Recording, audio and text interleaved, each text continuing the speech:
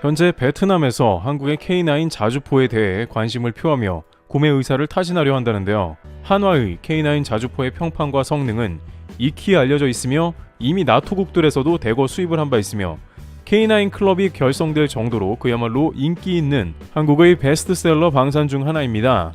그러다 보니 이제 다양한 국가들에서 문의가 오는데 베트남에서도 관련 소식이 전해진 것입니다. 한국의 K방산이 사회주의 체제 국가에도 뻗어나가는 게 아닌가 하는 놀라움이 감지되는데요. 그런데 이에 관해 한국에서 뜻밖의 싸늘한 반응이 연출되고 있는 모습이 나오고 있다는데요. 현재 베트남에서는 왜 한국에 K9을 요구하는지와 또한 한국은 그런 반응이 나오는지도 살펴보겠습니다.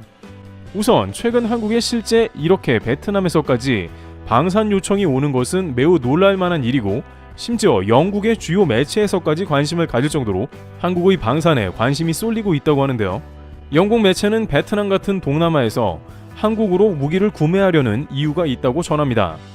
영국 이코노미스트지는 한국 상황에 대해 대서특필하며 동남아에서 러시아 무기 수요 축소라는 제목으로 현재 동남아에서는 한국이 러시아 대신에 엄청난 수혜를 입을 것으로 내다봤습니다.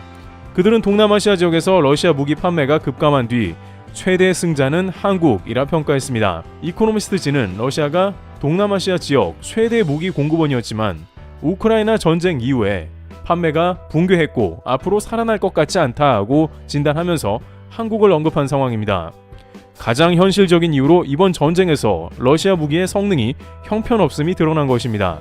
압도할 줄 알았던 전쟁 초반에 러시아는 크게 고전했고 상대적으로 값싼 미국의 드론과 제블린에 당했습니다.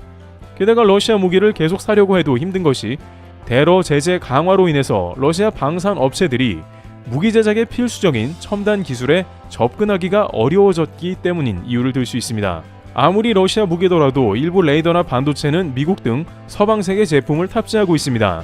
그러나 현재 모든 첨단 무기 수출입이 금지되니 사실상 무기 자체 생산도 어렵다는 말이 됩니다. 또한 일부 국가는 러시아 무기 구매로 평판이 나빠질까봐 걱정한다는 이유를 들었습니다. 러시아는 이미 공공연한 전범급 취급을 당하는데 그들과 거래하는 것은 신뢰할 수 없는 국가로 치부됩니다. 이코노미스트지는 러시아 무기 거래상들이 빠져나간 데 따른 최대 승자는 한국이라고 말했습니다. 스웨덴 싱크탱크인 스톡홀름 국제평화연구소에 따르면 수출 강국인 한국은 이제 이 지역 최대 무기 공급자입니다. 이코노미스트지는 한국의 무기는 가격, 품질, 금융, 신속 배송에서 강점이 있다고 말했습니다. 특히 돈 없는 나라에는 수출입 은행이 나서 차관을 제공해주며 부담을 덜어주고 있습니다. 또 한국 업체들은 토착 방위 산업이 없는 동남아 국가들의 기꺼이 기술을 전수합니다. 미국이나 일본, 유럽 등은 기술 이전에 매우 인색하지만 한국은 훨씬 완화된 조건을 제시합니다. 현지 생산을 협력을 통해서 고용도 창출하며 상생하는 국가로 선호도가 높다는 평가가 이어집니다. 다른 장점은 동남아의 거대한 지정학적 이슈에 관여하지 않는다는 점인데요. 이는 영내 국가들에겐 매우 중요한 일입니다. 어찌 보면 한국은 휴전국으로 한반도에 묶였습니다. 때로는 이것이 한국을 불만스럽게 하지만 모든 각종 정치 전쟁 이슈에서 스스로를 보호하게 합니다.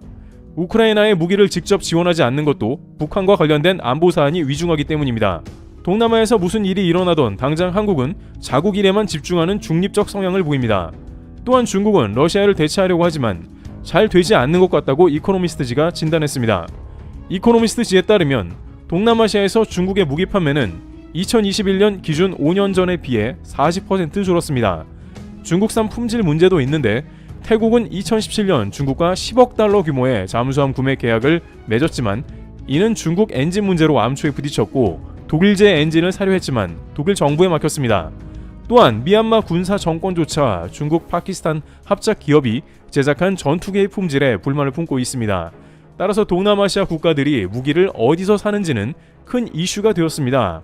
그 가운데 베트남은 사회주의임에도 불구하고 중국과 다툼이 있기에 중국 무기는 꺼려합니다. 실제 중국은 동남아의 최대 위협국 중 하나인데 동중국해를 지배하려고 위협하는 상황이니 베트남에서는 반중 정서가 자리 잡은 지 오래이며 이에 국방력 증강을 강력하게 고려하고 있습니다. 또한 베트남은 1970년대에 중국과 전쟁을 한 경험이 있어 안심할 수가 없습니다. 일각에서는 아무리 그래도 베트남과 중국의 관계는 사회주의니까 낫지 않겠냐는 의견도 제기하는데 최근 양국 회담을 보면 일방적으로 중국 외교부가 자기 주장만 하고 가는 게 반복되고 있습니다. 미 국방부 펜타곤에서는 최대 5년 이내에는 대만전이 발발할 수 있다고 경고하고 있습니다. 대만은 베트남과 지척이니 아무리 다른 국가에서의 전쟁이라 해도 긴장할 수밖에 없는 상황입니다. 우크라전이 일어난 다음 가장 빠르게 움직인 게 폴란드와 같은 인접 국가라는 것도 같은 맥락이죠. 중국과 국경을 맞대고 있는 것은 엄청난 부담이며 그 사이 중국의 국방력은 크게 증대되었습니다. 그러다 보니 베트남 당국은 국경 인근의 K9과 같은 자주포 배치를 고려하게 된 것이죠. 따라서 최근 베트남 국방부에서 한화 등을 접촉해 K9 관련한 문의를 한 것은 당연한 맥락이기도 합니다. 이미 인도에서는 K9의 성능에 만족해 추가로 주문을 이어가고 있는 국면이기도 하며 중국 때문에 가장 비슷하게 머리가 아픈 필리핀은 FA-50 초계함 등 한국 방산에 가장 적극적입니다.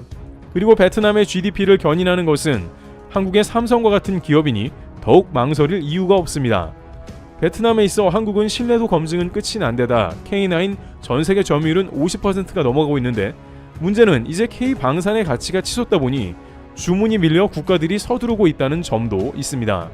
유럽에서는 이미 한국을 포탄이나 전차 등의 주요 선택지로 1순위에 놓고 있는 상황이고 폴란드와 같이 과감하게 먼저 주문해버리고 한국은 또 빨리 배송해주니 더 그렇습니다.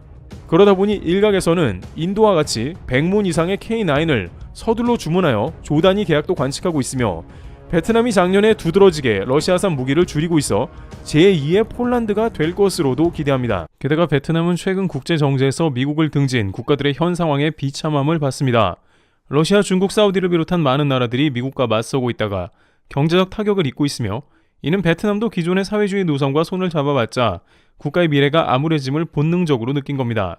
도널드 트럼프 후보자가 당선이 된다면 이러한 흐름은 더욱 거세질 것으로 보이고 있습니다.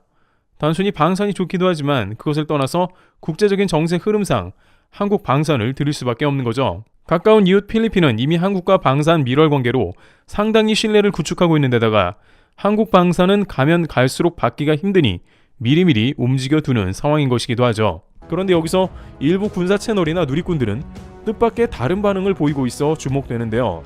베트남과는 대규모 방산 계약은 한 적이 없으나 크게 두 가지 문제가 예상된다는 점입니다. 우선 첫 번째는 바로 대금 지불 문제인데 이는 인도네시아와 한국이 겪고 있는 어려움입니다. 인도네시아는 당장 KF-21 잔여금 문제가 수년간 제기되고 있으며 이 때문에 골머리를 앓습니다. 여기에 잠수함 계약금도 지불 안 했는데 그 사이 대우조선해양은 수백억 부품을 구매해 손해를 보고 있죠. 아무래도 재정이 튼튼하지 않은 국가들은 반드시 이러한 리스크가 존재할 수 있다는 겁니다. 또한 한국 방산을 대거 구매하는 폴란드 역시 순조롭게 대금 지불은 진행되고 있습니다만 폴란드에 만연한 부채 리스크는 자칫 한국의 방산 대금이 회수 지연을 우려하고 있습니다. 전 세계적인 인플레이션과 전쟁 등으로 본래 경제가 빈약한 폴란드는 더욱 직격탄을 맞고 있으며 폴란드도 한국처럼 고금리로 부동산 문제가 불거져 여러가지 대금 상황이 곤란에 처해 있다는 겁니다. 화장실 들어갈 때와 나올 때 마음이 달라지듯 대금 회수 우려는 항상 주의해야 하는 부분이죠. 또한 이집트 K9 역시도 아직도 하나 측에 선수금이 들어오지 않은 걸로 보이고 있는데 물론 이는 이집트 측의 대금 지불 지연이라기보다는 국내의 수출 승인 문제가 얽혀 있다곤 하지만 이처럼 돈 문제는 다양한 면에서 발생하기 때문에 그만큼 한국이 고려해야 하는 상황임이 틀림없습니다. 그런데 결정적으로 한국은 베트남과 방산은 아니나 다양한 분야에서 대금 회수 문제가 발생했습니다. 포스코, 현대건설 등은 베트남 인프라 공사를 진행하며 여전히 대금 회수로 애를 먹고 있습니다. 또한 공사 대금도 수백억 원에서 수천억 원대 가량으로 국가 인프라 공사치고 큰 금액도 아님에도 불구하고 현지의 온갖 핑계와 승인 문제 등을 이유로 체납을 하고 공사가 지연되는 상황이 수차례 발생했죠. 특히 중국조차 학을 떼고 지하철 공사를 철수했다는 점은 유의해서 살펴봐야 하는 점이라는 겁니다. 게다가 베트남은 지난 코로나로 인해서 타격이 동남아에서 가장 큰 국가로 알려지고 있습니다. 국가 수입은 크게 감소했으며 해외여행 수입도 드라마틱하게 증가하는 상황은 아닌 국면입니다. 로이터 통신에 따르면 개별 국가 가운데 부채가 가장 많이 증가한 나라 중 하나로 베트남을 꼽았고 여기에 미국의 강달러와 인플레이션 등의 영향, 올 들어 미국은행 줄도산으로 더 악화될 걸로 전망합니다.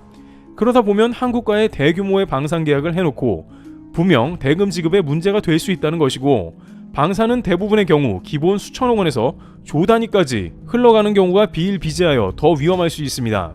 특히 한국의 경우 인도네시아에 크게 대었기 때문에 이러한 우려는 당연하게 나오는 상황인 모습입니다.